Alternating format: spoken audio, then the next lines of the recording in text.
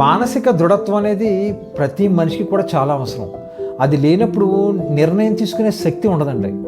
ఏదైనా చిన్న సంఘటన జరిగినా మనిషి చలించిపోతాడు. దుఃఖం, బాధ ఇటువంటి సంఘటనల్ని మనిషి ఓర్చుకోలేడు అనమాట. తద్వారా పదే పదే పదే పదే అదే ఆలోచనతో డిప్రెషన్లోకి వెళ్ళిపోతాడు అనమాట అండి. ప్రజెంట్ మీద దృష్టి పెట్టలేడు. తద్వారా భవిష్యత్తు అంధకారం అయిపోతుంది. మనకి భగవంతుడు ఇచ్చిన గొప్ప వరం మానవ శరీరం అని. దేవుని యొక్క హయ్యెస్ట్ క్రియేషన్ ఆఫ్ ఎనర్జీ మానవ జన్మ.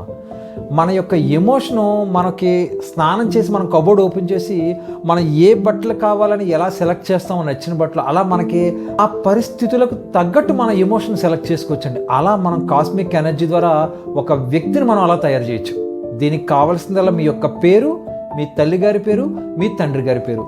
నిర్ణయం తీసుకునే శక్తి వస్తుంది. ప్రస్తుతం మీద దృష్టి పెడతారు, ఆలోచన శక్తి మారుతుంది. తద్వారా మీరు అనుకున్న లక్ష్యానికి చాలా త్వరగా చేరుకోగలుగుతారు.